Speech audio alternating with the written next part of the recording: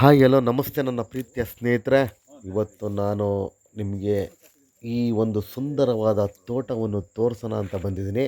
ಇದು ಬೇರೆ ಎಲ್ಲೂ ಇಲ್ಲ, ನಮ್ಮ ಅರಸೀಕೆರೆ ತಾಲೂಕಿನ ಕುರುವಂಕ ಗ್ರಾಮದಲ್ಲಿ ಇರುವಂತಹ ಸಿ ರಾಮಸ್ವಾಮಿಯವರ ತೋಟವಿದು. ಇವರು ರಾಜ್ಯ ಮಟ್ಟ ಪ್ರಶಸ್ತಿ ಪಡೆದಂತಹ ವ್ಯಕ್ತಿಯಾಗಿದ್ದಾರೆ. ಬನ್ನಿ ಅವರೊಂದೆರಡು ಮಾತು ಕೇಳೋಣ. ಅಲ್ಲೇ ಬೆಂಗಳೂರಲ್ಲೇ ಯೋಗ ಈಗ ಮಾಡ್ಕೊಂಡಿರೋದು ಆದ್ರೆ ಇಲ್ಲಿರೋ ಮಕ್ಕಳಿಗೆ ಅವಶ್ಯಕತೆನೇ ಇಲ್ಲ ಅಂತ. ಬೇಡವೆ ಅವಶ್ಯಕತೆನೇ ಇಲ್ಲ ಅಂತ. ಈಗ ಇಲ್ಲಿ ಸ್ಕೂಲಲ್ಲಿ ಕರೀತಾರೆ, ಬಟ್ ನನಗೆ ಹೋಗ. ಸ್ನೇಹಿತರೆ, ಇವರು ಬರೀ ಕೃಷಿಯಲ್ಲಿ ಮಾತ್ರ ನಿಪುಣರಲ್ಲ, ಇವರು ಸಾವಿರಾರು ಮಕ್ಕಳಿಗೆ ಯೋಗ ಅಭ್ಯಾಸವನ್ನು ಹೇಳ್ಕೊಟ್ಟಿದ್ದಾರೆ. ಅಂತಹ ಒಬ್ಬರು ಗುರುಗಳು ಇವರು. ಶಿಕ್ಷಣ ವೃತ್ತಿಯಲ್ಲಿ ಸೇವೆ ಮಾಡ್ಕೊಳ್ತಾ ಇವತ್ತು ನಿವೃತ್ತಿ ಹೊಂದು ಇವರು ಕೃಷಿಯಲ್ಲಿ ತೊಡಗಿದ್ದಾರೆ. ಇವರು ಒಂದು ಸುಂದರವಾದ ತೋಟವನ್ನು ನಿರ್ಮಿಸಿದ್ದಾರೆ. ಬನ್ನಿ ಅವರ ತೋಟ ಹೇಗಿದೆ, ಅವರ ಮಾತು ಹೇಗಿದೆ ಅಂತ ನಾವು ನೀವೆಲ್ಲ ಕೇಳೋಣ. ಇವರು ರಾಜ್ಯ ಮಟ್ಟ ಪ್ರಶಸ್ತಿ ಪಡೆದಂತಹ ವ್ಯಕ್ತಿಯಾಗಿದ್ದಾರೆ. ಹಾಗೂ ಸ್ನೇಹಿತರೆ, ಇವರ ವಿದ್ಯಾಭ್ಯಾಸ ಸಿದ್ಧಗಂಗಾ ಮಠದಲ್ಲಿ ಮಾಡಿದ್ದಾರೆ. ಇವರ ಅನುಭವ ಮಾತುಗಳನ್ನು, ಇವರ ಕೃಷಿ ಬಗ್ಗೆ ನಾವು ಸಹ ತಿಳ್ಕೊಳ್ಳೋಣ. ಬನ್ನಿ ಸ್ನೇಹಿತರೆ.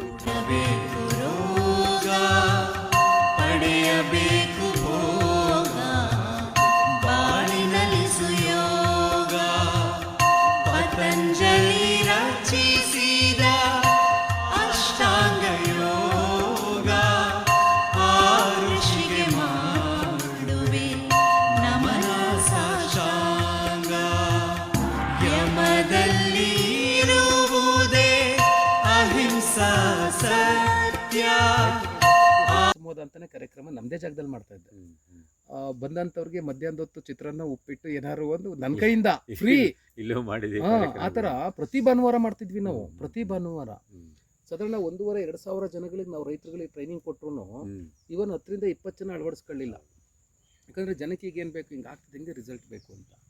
ಅದಾದ್ಮೇಲೆ ನಾವು ಬೇರೆ ಬೇರೆ ರೀತಿಯಲ್ಲಿ ಸ್ಟಡಿ ಮಾಡ್ತಾ ಕೂತ್ಕೊಂಡಾಗ ನಮಗೆ ಅನ್ನಿಸ್ತು, ಜೈವಿಕ ಕೃಷಿ ನೆಕ್ಸ್ಟ್ ರೆವಲ್ಯೂಷನ್ ಆಗುತ್ತೆ. ಜೈವಿಕ ಕೃಷಿನ ಏನಂತ ಕರಿತೀವಿ ನಾವು, ಇಸ್ರೇಲ್ ಟೆಕ್ನಾಲಜಿ ಅಗ್ರಿಕಲ್ಚರ್ ಅಂತ ಕರಿತೀವಿ. ಈ ಜೈವಿಕ ಕೃಷಿ ಅಂದರೆ ಏನು ಅಂದರೆ, ಉದಾಹರಣೆ, ಈಗ ನಾವು ಮಣ್ಣಿನ ಫಲವತ್ತತೆಗೆ ಏನು ಮಾಡ್ತೀವಿ, ಕೊಟ್ಟಿಗೆ ಗೊಬ್ಬರ, ಕುರಿ ಗೊಬ್ಬರ, ಕೋಳಿ ಗೊಬ್ಬರ, ಎರೆಹುಳದ ಗೊಬ್ಬರ, ಇದನ್ನೆಲ್ಲ ಹಸಿರು ಗೊಬ್ಬರ ಇದನ್ನೆಲ್ಲ ಹಾಕೊಂಡು ಮಣ್ಣಿನ ಫಲವತ್ತತೆ ಮಾಡ್ಕೊತೀವಿ. ನಾವು ಯಾವುದೇ ಗೊಬ್ಬರ ಭೂಮಿಗೆ ಕೊಡ್ತಿದ್ದಂಗೆ ಮಣ್ಣು ಫಲವತ್ತಾಗತ್ತ ಅಂದರೆ ವಿಜ್ಞಾನ ಏನು ಹೇಳುತ್ತೆ? ಇಲ್ಲ ಹೇಳುತ್ತೆ. ಯಾಕೆ? ನೀವು ಕೊಟ್ಟಂಥ ಗೊಬ್ಬರ ಫಸ್ಟ್ ಮಣ್ಣಿನ ಜೊತೆ ಬೆರಿಬೇಕು. ಬೆರೆಯೋ ಟೈಮಲ್ಲಿ ಶೀತಾಂಶ ಇರಬೇಕು. 60-78 ದಿನ ಆ ಗೊಬ್ಬರ ಮಣ್ಣಲ್ಲಿ ಕಳಿಬೇಕು. ಯಾವಾಗ ಗೊಬ್ಬರ ಕಳಿಯುವಿಕೆ ಶುರುವಾಗುತ್ತೋ ಆ ಗೊಬ್ಬರದಲ್ಲಿ ಜೈವಿಕ, ರಾಸಾಯನಿಕ, ಬೌದ್ಧಿಕ ಕ್ರಿಯೆ ನಡಿಬೇಕು. ಅದಾದಮೇಲೆ ಅದರಿಂದ ಜೀವಾಣುಗಳು ಉತ್ಪತ್ತಿ ಆಗಬೇಕು. ಯಾವಾಗ ಜೀವಾಣುಗಳು ಉತ್ಪತ್ತಿ ಆಗುತ್ತೋ ನಾವು ಏನೇ ಬೆಳೆ ಮಾಡಿದ್ರು ಆ ಬೆಳೆಯ ಬಿಳಿ ಬೇರುಗಳು ತನಗೂ ಬೇಕಾಗಿರೋ ಪೋಷಕಾಂಶಗಳನ್ನ ಈ ಜೀವಾಣುಗಳ ಮುಖಾಂತರ ತಗೊಂಡು ಡೆವಲಪ್ ಆಗೋಂಥದ್ದು ಸಾವಯವ ಕೃಷಿ, ನ್ಯಾಚುರಲ್ ಅಗ್ರಿಕಲ್ಚರ್.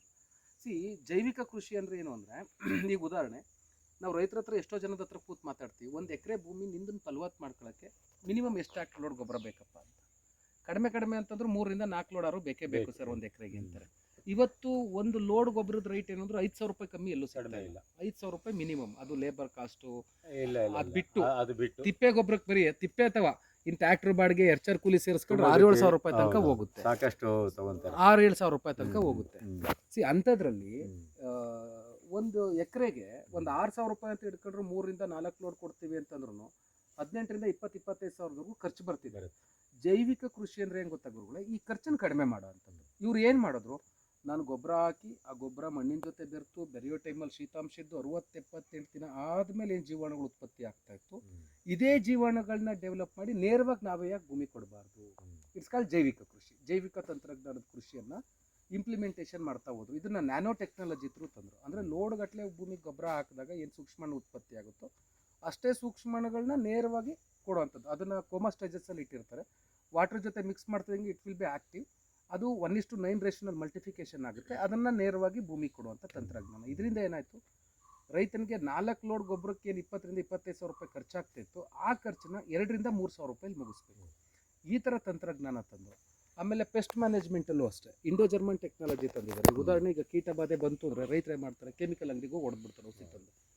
ಕೆಮಿಕಲ್ ಅಂಗಡಿ ಔಷಧಿ ತಗೊಬಂದು ಹೊಡಿತಿದ್ದಂಗೆ ಹುಳ ಪಳ ಇದ್ರೆ ಏನಾಗ್ತವೆ ಇಮಿಡಿಯೇಟ್ ಸತ್ತೋಗ್ಬಿಡ್ತಾವೆ. ಸತ್ತ ಮೇಲೆ ಏನಾಗುತ್ತೆ ಆಸ್ ಪರ್ ದ ನಮ್ಮದು ಪ್ರಕೃತಿ ನಿಯಮನ ಹೆಂಗಿದೆ ಅಂದರೆ ಯಾವುದೇ ಜೀವಿ ಸತ್ತ ಮೇಲೆ ಅದ್ರ ಬಾಡಿ ಡಿಕಂಪೋಸ್ ಆಗಲೇಬೇಕು. ಯಾವಾಗ ಅದ್ರ ಬಾಡಿ ಡಿಕಂಪೋಸ್ ಆಗುತ್ತೋ ಅದ್ರ ಹೊಟ್ಟೆಯಲ್ಲಿರೋ ಲಾರ್ವಾ ತತ್ತಿ ಮಟ್ಟಿ ಎಲ್ಲ ಮತ್ತೆ ಓಪನ್ ಆಗುತ್ತೆ, ಮತ್ತೆ ಶುರು ಆಗುತ್ತೆ. ಇದಕ್ಕೇನು ಮಾಡಿದ್ರು, ಇಂಡೋ ಜರ್ಮನ್ ಟೆಕ್ನಾಲಜಿ ತಂದರು. ಏನಿದು, ಯಾವುದೇ ಪೆಸ್ಟ್ ಮ್ಯಾನೇಜ್ಮೆಂಟಲ್ಲಿ ನಾವು ಅದನ್ನು ಸ್ಪ್ರೇ ಕೊಟ್ಟರೆ ಕೀಟ ಇಮಿಡಿಯೇಟ್ ಸಾಯಬಾರ್ದು. ಏನಾಗಬೇಕು, ಅದ್ರ ಬಾಯಿ ಲಾಕ್ ಆಗಬೇಕು, ಏನೂ ತಿನ್ನಲಾರ್ದಂಗೆ. ಯಾವಾಗ ಅದು ಏನೂ ತಿನ್ನಲಾರ್ದಂಗೆ ಬಾಯಿ ಲಾಕ್ ಆಗುತ್ತೋ ಅಲ್ಲಿಂದ ಕೀಟ ಒಂದು 3-4 ದಿನ ಬದುಕಿರುತ್ತೆ, ಬಟ್ ಹೊಟ್ಟೆಗೇನು ತಿನ್ನೋಕ್ಕಾಗಲ್ಲ. ಯಾವಾಗ ಹೊಟ್ಟೆಗೇನು ತಿನ್ನೋಕ್ಕಾಗಲ್ಲ, ಹೊಟ್ಟೆಯಲ್ಲಿರೋ ಲಾರ್ವಾ ತತ್ತಿ ಮೊಟ್ಟೆ ಎಲ್ಲ ಮೊದಲು ಸಾಯಬೇಕು, ಆಮೇಲೆ ಕೀಟ ಬಿದ್ದು ಸಾಯಬೇಕು. ಅಂದರೆ ಇದರಿಂದ ನೆಕ್ಸ್ಟ್ ಜನರೇಷನ್ ಅಂತ ಬರ್ತಿತ್ತಲ್ಲ, ಮಗ ಮೊಮ್ಮಗ ಮರಿಮಗ, ಈ ಜನರೇಷನ್ನ ಬ್ರೇಕ್ ಹಾಕಬೇಕು. ಆ ಟೆಕ್ನಾಲಜಿಯನ್ನು ತಂದಿದ್ದಾರೆ ಈಗ ಇಂಡೋ ಜರ್ಮನ್ ಟೆಕ್ನಾಲಜಿ. ಅಂದರೆ ಅಗ್ರಿಕಲ್ಚರ್ ಸೆಕ್ಟರನ್ನು ಕಂಪ್ಲೀಟ್ ಕೆಮಿಕಲ್ ಫ್ರೀಯಾಗಿ ತೊಗೊಂಡು ಹೋಗಲೇಬೇಕು ಅನ್ನೋದು ಇವ್ರದ್ದು ಇಂಟೆನ್ಷನ್. ಇದನ್ನು ಕೊಡ್ತಾರೆ ಅವ್ರು ಬಿರ್ಲಾದವ್ರದ್ದು. ನಾವೇನು ಮಾಡ್ತಾ ಇದ್ದೀವಿ, ರೈತರಿಗೆ ಇದ್ರ ಬಗ್ಗೆ ಮಾಹಿತಿ ಕೊಡ್ತಾ ಇದ್ದೀವಿ. ನಿಮ್ಮ ಕೃಷಿಯನ್ನು ಸಾವಯವದಲ್ಲೇ ಮಾಡ್ರಪ್ಪ. ಲೈಕ್ ಇದೆಲ್ಲದು ಏನಿದೆ, ಎರೆಹುಳದ್ದು ಗೊಬ್ಬರ ಮಾಡ್ಕೊಳ್ಳೋವಂಥದ್ದು, ಮಣ್ಣನ್ನು ಫಲವತ್ತು ಮಾಡ್ಕೊಳ್ಳೋದಕ್ಕೆ ಕೊಟ್ಟಿಗೆ ಗೊಬ್ಬರ, ಇದು ದ ಬೆಸ್ಟ್ ವೇ. ಅದು ಆ ವೇನಲ್ಲಿ ಹೋಗ್ರಿ ಅಂತ. ಇದು ಆಗೋದೆಲ್ಲ ನಮ್ಮ ಹತ್ರ ಗೊಬ್ಬರ ಇಲ್ಲ, ಹಂಗಿಲ್ಲ ಹಿಂಗಿಲ್ಲ ಅಂದರೆ ಅಟ್ಲೀಸ್ಟ್ ನೀನು ರಾಸಾಯನಿಕ ಏನು ಮಾಡ್ತಿದ್ಯಲ್ಲಪ್ಪ, ಒಂದು 50% ಕಡಿಮೆ ಮಾಡು. ಯಾಕಂದರೆ ಸಾಯಿಲ್ pH ಇವತ್ತು ಹೈಯೆಸ್ಟ್ ಆಗಿ ಹೋಗಿದೆ.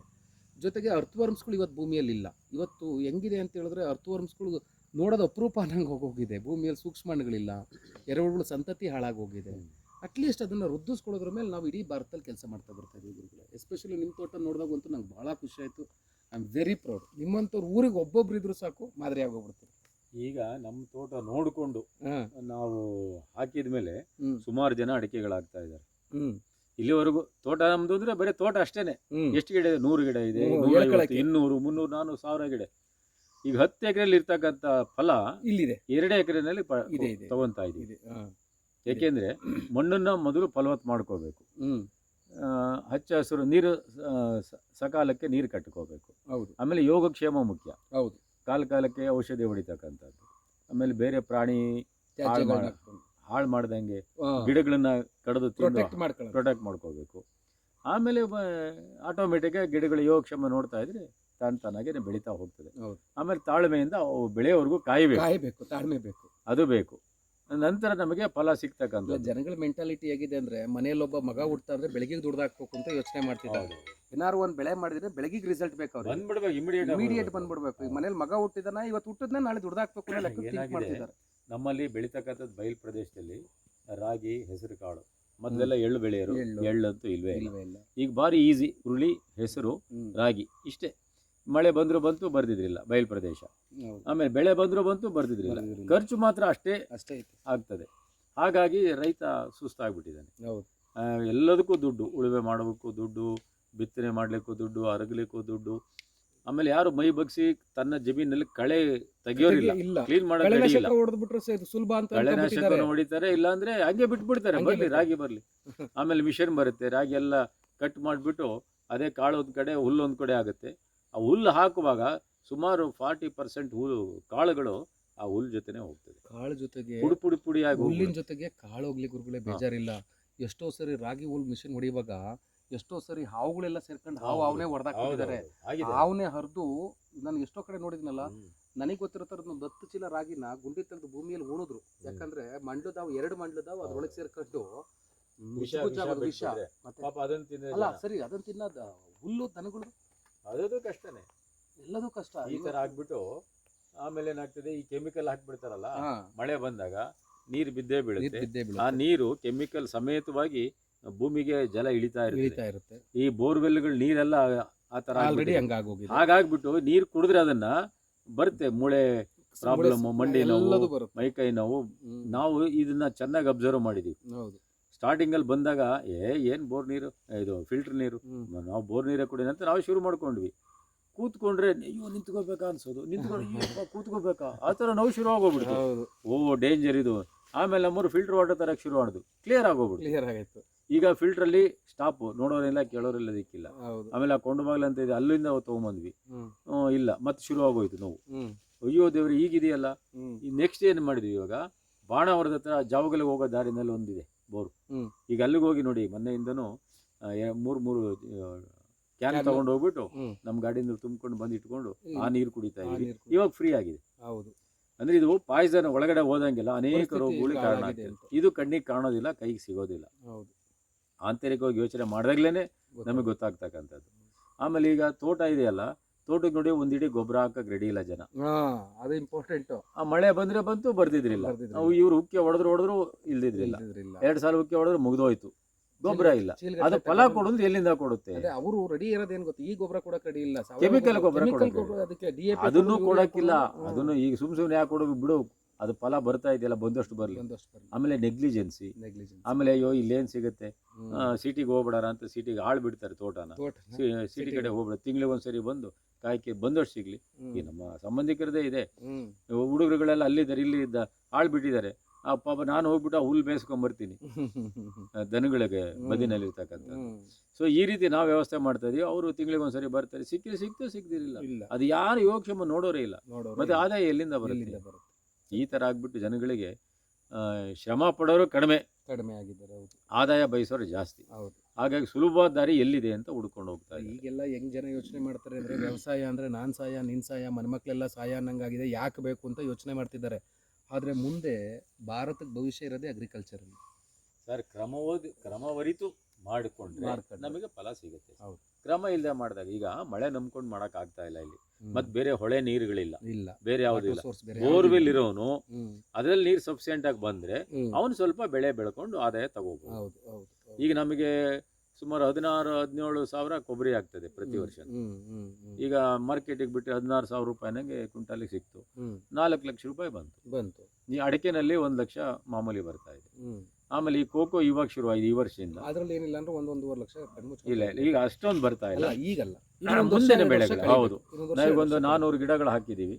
ಈಗ ಆಲ್ರೆಡಿ ಒಂದ್ ಸ್ವಲ್ಪ ಬೆಳೆ ಬರ್ತಾ ಇದೆ. ಈ ವರ್ಷ ಮುಂದಿನ ವರ್ಷನೂ ಅಂತ ಪೀಕ್ ಬರಲ್ಲ, ನೆಕ್ಸ್ಟ್ ಬಲಿಬೇಕು ಗಿಡ. ಆಮೇಲೆ ಮೆಣಸು, ಕಾಳು ಮೆಣಸಿದೆ. ಕಾಳು ಮೆಣಸಲ್ಲಿ ಈ ವರ್ಷ ಪ್ರಾರಂಭ ಆಯ್ತದು. ಸೊ ಇಲ್ಲಿವರೆಗೂ ಮಾಡ್ತಾನೆ ಇದ್ವಿ. ಇಲ್ಲಿಂದ ಮುಂದಕ್ಕೆ ಸ್ವಲ್ಪ ರೈಸ್ ಆಗ್ತಾ ಹೋಗ್ತದೆ. ಸೊ ಈ ರೀತಿ ಮಾಡ್ಕೊಂಡಾಗ ನಮ್ಗೆ ಉಪಯೋಗ ಆಗ್ತದೆ ವಿನಃ ಏನು ಮಾಡ್ಲಿಲ್ಲ ಅಂತಂದ್ರೆ ಏನೂ ಆಗಲ್ಲ. ಆ ತರ ಪರಿಸ್ಥಿತಿಗಳಾಗಿದೆ.